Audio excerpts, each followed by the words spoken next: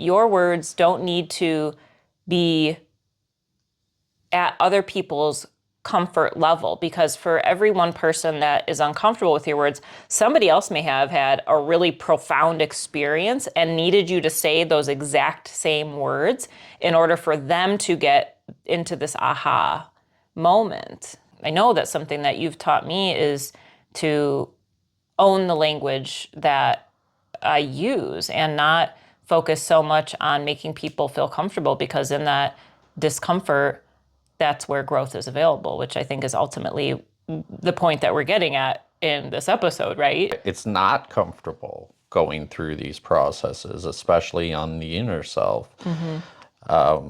We don't want to admit that we're damaged or admit that, we have flaws or traumas or things like that. And I use the word flaw very loosely there, because that's just an interpretation of the mind. Structurally, inside of ourselves, we have these problems. If we were creating a sculpture of ourselves as an individual and we were molding the clay of what we want to present to the world, we can't leave the flaws, we can't leave the air bubbles and the little gaps inside of ourselves. We have to go in and work on that part of ourselves, otherwise we could self-destruct at any moment.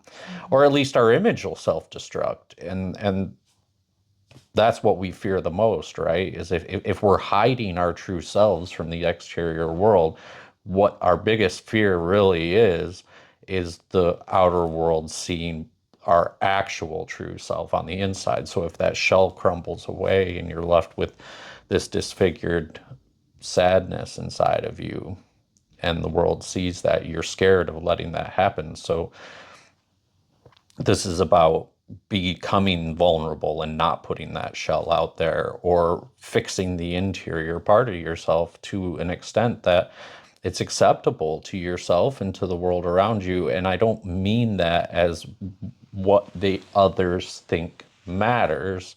I mean that if you want to be something in particular, you have to go inside and make that from the inside out.